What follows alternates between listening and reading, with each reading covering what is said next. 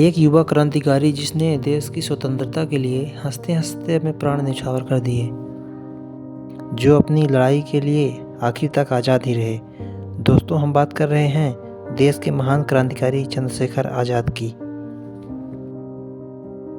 तो आइए जानते हैं उनके अतुलनीय वीरता से भरे जीवन के बारे में।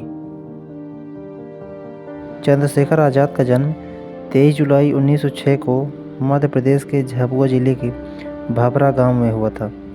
इनके पिता का नाम पंडित सीताराम तिवारी और उनकी मां का नाम जगरानी देवी था। चंद्रशेखर आज़ाद का बचपन भाभरा गांव में बीता, जो कि एक आदिवासी बाहुल क्षेत्र था। इसलिए उनके साथ रहते हुए आज़ाद निशानेबाजी अच्छी तरह से सीख लिए थे। जब 13 अप्रैल 1919 को जलियांवाला बाग हत्याकांड हुआ, तब चंद्रशेखर आज़ाद पढ़ाई कर रहे थे। इस घटना ने उनको बहुत प्रभावित किया। जब गांधी जी ने 1920 में असहयोग आंदोलन का फरमान जारी किया, तब सभी छात्र और आज़ाद ने आंदोलन करते हुए सड़क पर उतर आए और इस आंदोलन में भाग लेने पर वे पहली बार गिरफ्तार हुए और उन्हें जब कोर्ट में ले जाया गया तो ब्रिटिश जज ने जब उनका नाम पूछा तो उन्होंने अपना नाम आज़ाद बताया और पिता का नाम स्वतंत्रता, और जब उनसे उनका घर का नाम पूछा गया तो उन्होंने कहा कि जेल मेरा घर है।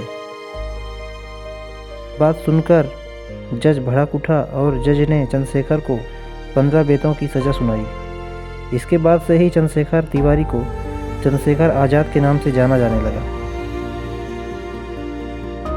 और सन 1922 में जब गांधी जी ने असहयोग आंदोलन बंद कर दिया तो चंद्रशेखर आज़ाद की विचारधारा में बदलाव आ गया और वे क्रांतिकारी गतिविधियों से जुड़कर हिंदुस्तान रिपब्लिकन एसोसिएशन के सदस्य बन गए और इसी संस्थान के माध्यम से रामप्रसाद बिस्मिल के नेतृत्व में 9 अगस्त 1925 को काकोरी कांड किया और चंद्रशेखर आज़ाद वहां से फरार हो गए। और इसके बाद 1927 में रामप्रसाद बिस्मिल के साथ 4 प्रमुख साथियों के बलिदान के बाद उन्होंने उत्तर भारत की सभी पार्टियों को एक करते हुए हिंदुस्तान सोशलिस्ट रिपब्लिकन एसोसिएट का गठन किया और भगत सिंह के साथ लाहौर में लाला लाजपत राय की मौत का बदला सैंडर्स की हत्या करके लिया और दिल्ली पहुंचकर असेंबली बम कांड को अंजाम दिया। अब अंग्रेज चंद्रशेखर आज़ाद से बहुत परेशान हो चुके थे, इसीलिए उनको पकड़ने के लिए ब्रिटिश सरकार ने 700 लोगों को नौकरी पर रखा था। अंग्रेज चंद्रशेखर आज़ाद को तो नहीं पकड़ पाए, लेकिन पंडित रामप्रसाद बिस्मिल, अशफाक उल्लाह खान और ठाकुर रोशन सिंह को 17 दिसंबर 1927 को फांसी पर लटकाकर मार दिया गया। दुश्मन की गोलियों का सामना हम करेंगे, आज़ाद हैं और आज़ाद ही रहेंगे, ऐसा कहना था चंद्रशेखर आज़ाद का और उन्होंने इस बात का पालन भी किया। जब 27 फरवरी 1931 को अल्फ्रेड पार्क में चंद्रशेखर आज़ाद अपने साथियों के साथ कुछ बातचीत कर रहे थे, तभी सीआईडी का एसएसपी नोट बाबर वहां आ गया। उसके साथ भारी संख्या में पुलिसकर्मी भी आ गए थे। तभी दोनों तरफ से काफ़ी गोलीबारी हुई, जिसमें आज़ाद ने 3 पुलिसकर्मियों को अपनी गोलियों से मार दिया और जब उनकी बंदूक में एक आखिरी गोली बची तो वो गोली उन्होंने खुद को मार ली और वीरगति को प्राप्त हुए। जैसे ही आज़ाद के बलिदान की खबर जनता तक पहुंची, सारा प्रयागराज अल्फ्रेड पार्क में उमड़ पड़ा।